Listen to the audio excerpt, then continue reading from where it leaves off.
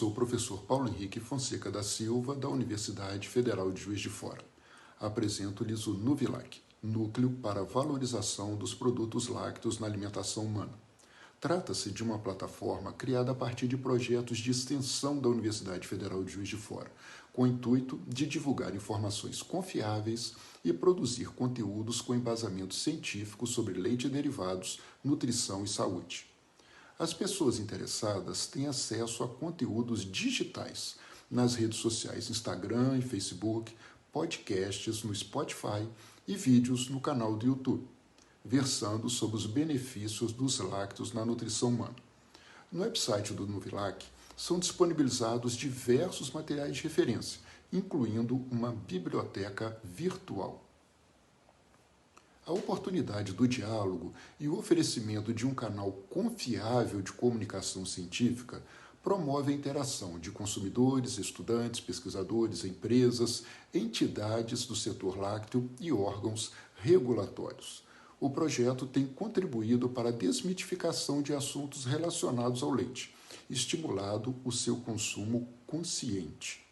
A publicação de conteúdos e a consequente disseminação do conhecimento realizadas pelo projeto respeita padrões de integridade e de ética e visa a promoção da saúde da população.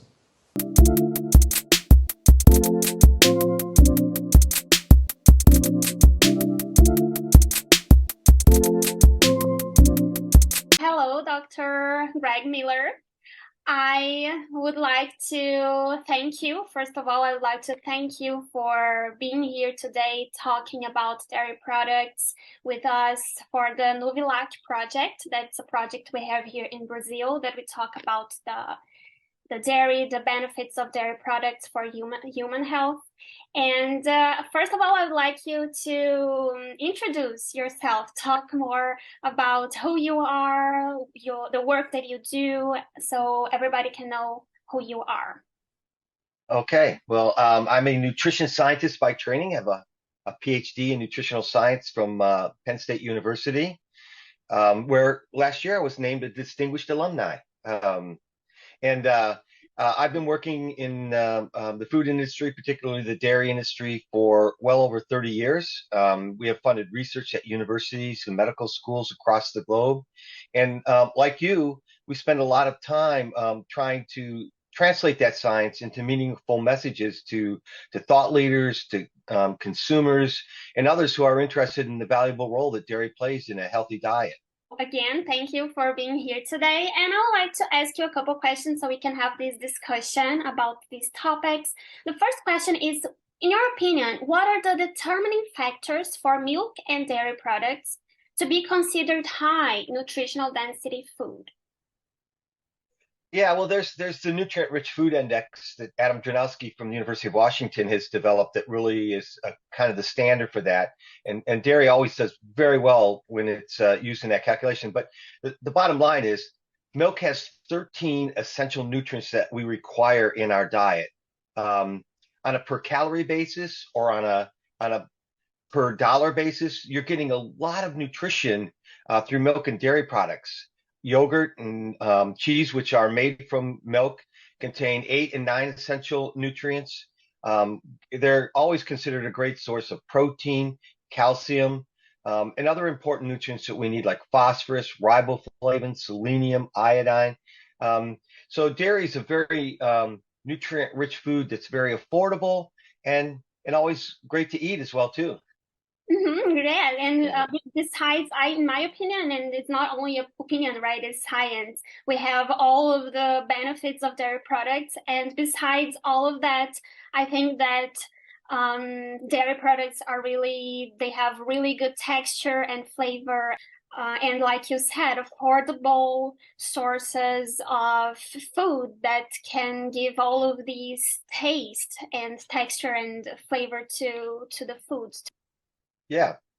So the second question is, what is the role, in your opinion, what is the role of dairy metrics in the nutritional value of milk and dairy products? I think you already answered this a little bit, but talking more about the role of these metrics. Recently, the IDF published the importance of these dairy metrics and how it's important, not only considering the nutrient in the isolate way. What are your insights on that? What do you think? Yeah, well, this is a real interesting area. It's kind of a new frontier in nutrition research. It's gaining a lot of traction. Early on in nutrition science, we took a very reductionist approach, and we were only interested in the individual nutrients and what they did in the human body for health and metabolism.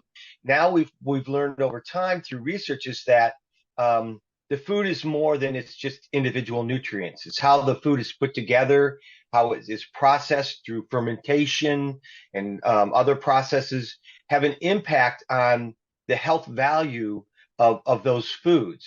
And certainly we see this with cheese and yogurt, two dairy products that are fermented. We see that they don't increase blood cholesterol level that you would predict based on the saturated fat content. So whole milk dairy products are either neutral or even beneficial in cardiovascular disease. And many dietary recommendations across the globe often recommend low fat and fat free because they were concerned about the saturated fat content of dairy products. But what the science is showing us now is that the saturated fat in dairy products is either neutral or may even be positive in terms of health benefits. And certainly we see that with cheese and yogurt and its relationship between cardiovascular disease and type 2 diabetes, where higher consumption of cheese and yogurt is associated with lower risk. So the science has really advanced in that arena now, and we're really excited about where it's going to go in the future.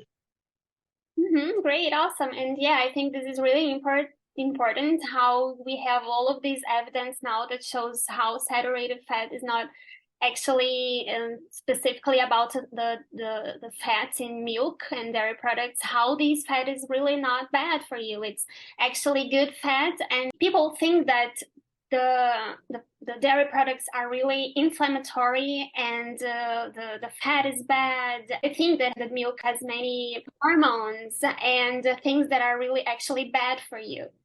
So yeah. Well, the good news is the science has evolved, and I think for a lot of health professionals, they've learned that in fact dairy is anti-inflammatory. We've seen good studies with yogurt that show that very clearly. The health benefits of dairy consumption, I think, are well known. If we look at dietary guidelines across the globe, almost all dietary guidelines across the globe include dairy as an important food to consume, and usually have dairy as a separate food group that's important for us to consume and to consume every day. So the good news is that health professionals understand that. There's still a lot of misinformation in the internet, and scientists like you and I need to be out there talking to them and to help them understand where the science really is today. Exactly, and this is the word that I was trying to find, is this misinformation about this topic, about these products that are actually really good for your health. And the next question is, it's another topic that it's really important, and it's about the environment issues, because the people really think that dairy products are really bad for the environment, and they decide to become vegetarian or vegan and not consuming all the dairy products or even meat because they think it's really bad for the environment. So what is the relationship between the nutritional density of milk and dairy products and these environmental issues and these sustainable production? Can dairy actually be sustainable? Yeah, well, the answer to that is yes. Unequivocally, it can. That's a really good question, because food systems transformation is a big topic across the globe, and I know folks at the United Nations are really focused on food system transformation for climate change and for other environmental issues in terms of land use and water use, and it's a very important discussion to have. But I think, we've got to be careful, because often people are looking at only two dimensions of food systems sustainability, and that's nutrition and environment. but we have to also look at the social and economic dimensions as well too. So the 4 dimensions that we want to talk about. We want to talk about health, we want to talk about environment, social, and economic issues. And when you talk about it in all of those dimensions, dairy looks really, really good. So globally, livestock is 14.5% of global greenhouse gas emissions. Global dairy is only 2.7% of global greenhouse gas emissions. And in the U.S., dairy is only about 2% of U.S. greenhouse gas emissions. And we've been lowering our footprint over the years. So today we can produce a gallon of milk using, 30% less water, 21% less land, with a 19% smaller greenhouse gas footprint. And so dairy has been working very hard on their sustainability efforts. And dairy, again, as we talked earlier, it's nutrient rich, it's very affordable, it's accessible, it creates livelihoods for folks. We have studies that are coming out of the Food and Agricultural Organization of the United Nations that shows that in countries where dairying becomes stronger, you have less malnutrition, you have less stunting, you have people who have better economies. They can now send their kids to schools. So there's great advantage to having dairying as an industry. It contributes taxes to the government, as well as, again, affordable, good nutrition for the population. So dairy fits very, very well into sustainable food systems. And, dairy industry across the globe has made commitments to get to net zero in terms of climate change. They are making investments in research to show how they can lower their footprint through genetic transfer in cattle, through additives to the feed, which lower the methane that comes out of animals, how to better handle manure to keep the methane from that down, and to recycle that manure into fertilizer. So dairy makes a really good contribution to sustainable food systems, and we're committed to doing even more in the future. So I'm really proud of our industry and the hard work that they're putting into this and their commitment to it, because they've made the commitment and they're acting on it. And I'm really proud of our industry. Great. These are really good thoughts. And I think people should definitely have access to this kind of information and to fight against all of this misinformation that ends up, that leads people simply stop eating dairy products and do not getting advantage of all of the dairy, all of the nutrients that these food have, based on this misinformation about the environment, and they do not actually know what people are actually doing, what the industry is doing, and this is really, really great. And I think it's really interesting when you talked about the economic and the social aspect of it, because when we talk about dairies, we are not talking only about the nutrient, about the food, we are also talking about the whole system. Next, and it's about specifically about the stages of life, the determining factors for maintaining or establishing milk and dairy products as a part of a healthy diet throughout the stages of life. Yeah. Well, again, this is an area where there's been a lot of research and science that's been done that shows the value of dairy foods in terms of contributing to nutritional intake and health outcomes from birth through old age. We know that consuming dairy foods during pregnancies is really important because it increases the intake of calcium, vitamin D, potassium, iodine. All of these are nutrients that are really important for a woman during pregnancy. The iodine needs of a woman increase by 50% during pregnancies, and there's not a lot of food sources of iodine out there, and dairy happens to be one of those good sources of iodine. The American Academy of Pediatrics has recommended dairy foods as a part of a healthy diet for children because of the many nutrients it contributes to what children need.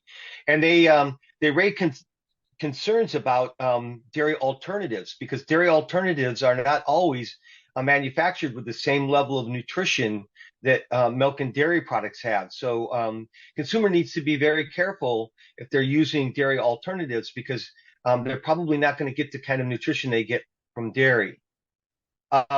We need it through adulthood and as an elderly person. And as an elderly person, we have a decreased appetite, so we consume less calories. So we have to make sure we consume nutrient-rich foods within the calories that we do consume. And as we talked earlier, we know dairy is a very nutrient-rich food.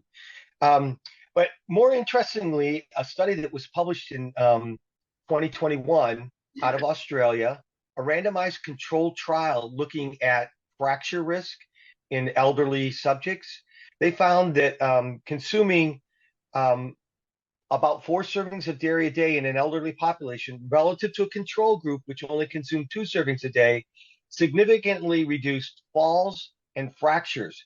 I mean, big numbers. A 33% decrease in fractures in total, and a 46% decrease in hip fractures in elderly folks when they were consuming adequate amounts of dairy. I mean, the amount of healthcare savings that can be saved through stopping those fractures is huge. It's billions of dollars. And so making sure that people are getting adequate dairy as a part of a healthy dietary pattern can save billions of dollars in healthcare costs. And you want to talk about sustainability, that's going to be really, really important. That's interesting. I didn't know about the research, but it's really impressive. I mean, the role of dairy products in bone health, I think nobody can deny, right? Because it's also it's something that the science has been talking about for many years, and it's showing all the time more and more researches and studies, like serious studies that show all of these benefits. Yeah. Specifically for bone health, and like you said, for all the stages of life. So let's talk about what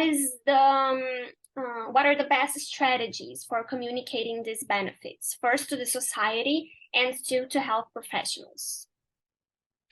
Well, I think there's obviously lots of different strategies in terms of communicating out the science and again translating the science for folks. So for the scientists and health professionals, you know, we go to their meetings and bring our researchers and scientists who can come there and talk to them about the most recent science, so they get a chance to critically analyze it, look at it, and evaluate it, make judgments about the value of that science.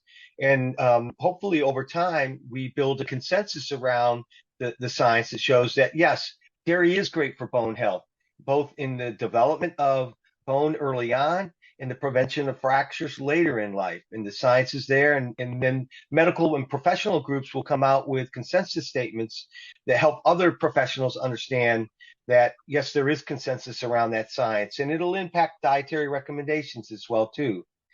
But then we also have to get out and talk to consumers, because there's a lot of misinformation out there, particularly in the internet. And I think it's really important for scientists as well, too. Quite often, they're so busy doing their science that they're not talking to folks about the results of that science and what it means to us in our daily lives. And I encourage any scientists out there to get on the internet and you know, try to communicate around the science that's out there and help be one of those translators, because there's so much misinformation out there. But using the internet, I'm on Twitter, I'm on Instagram, I'm on LinkedIn, I'm on Facebook.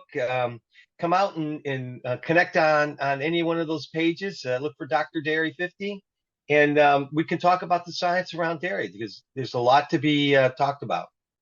Definitely, it's a really important work, because, like you said, so many scientists, people that are working and researching all of these topics, they are not going out there and translating all of this information to people. And when people don't have access to this information, they will just believe on the things that on the information that they receive. And sometimes this information it's not based on science, and it's really, really bad. So Great, awesome. And the last question, so we can end our discussion, is about specifically the bioactive compounds in milk. What can we take advantage of these bioactive compounds in milk in a more effective or in a better way for the promotion of health? Well, first of all, just go out and get your 3 servings of dairy a day that most dietary guidelines recommend. That's a good way to get those bioactive compounds. Mm-hmm. But we know that there are processing techniques that enhance the bioactive compounds in milk and dairy products. Certainly, there are dairy manufacturers who are putting certain enzymes into dairy products to cleave the proteins to create some bioactive peptides that can help reduce blood pressure. And are making convenient products that people can grab off the shelf and drink and get some of those bioactive compounds. There's a lot of ways to do it, but just going out and getting your 3 servings of dairy a day, to me, is probably the easiest and most convenient way, affordable, to get all the great nutrition that dairy brings and some of those bioactive compounds as well. And then you can look for specialty products as well, too. Interesting. Yes, I think this is it's easy, it's simple, and it's an easy way for people to have these bioactive compounds in milk, like you said. Follow the recommendations, and basically that's pretty simple, right? Yeah. Great, awesome, and thank you. So I would like to thank you one more time, Dr. Greg Miller, for talking with us today, and hopefully I will be in the World Dairy Summit this year. That's in Chicago. I hope. Yeah. I might apply my work there. That I've been working on my project is about the IDF. So we are researching the importance of having the national committee and being a part of the IDF. And I've been doing this research talking about like all of the aspects that are related to the quality of milk products. And I really hope I can present this work in the World Dairy Summit in October. That would be great. I'm on the planning committee, so we're developing a really, I think it's going to be a great session, and it's good for the international dairy community to come together to share best practices, to share knowledge and insights, to provide guidance and support. We work together closely through the International Dairy Federation and the Global Dairy Platform.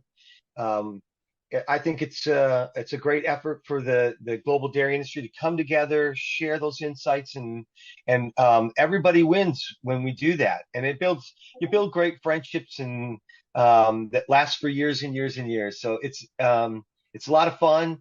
You learn a lot. It's a really good time. So Chicago's going to be a great venue. Lots of great places to see. The architecture is amazing. So yeah. Come to Chicago. It'll be fun. Great. Yes. Chicago it's really, I really when I talk about Chicago, I miss the city so much because this city has my heart. I lived there for 1 year and 1 year and a half. And I really I love Chicago. So hopefully I will come back this year for the event. Oh, good. I look forward to seeing you. Thank you, Dr. Miller, and bye-bye. See you. Bye. Take care. Good to see you again. Good to see you. Agradecemos à Pró-Reitoria de Extensão da Universidade Federal de Juiz de Fora e às entidades parceiras e apoiadoras do projeto. Agradecemos a você por acompanhar e divulgar o NUVLAC. Siga-nos nas redes sociais para dialogarmos baseando-nos na ciência para uma vida bem nutrida.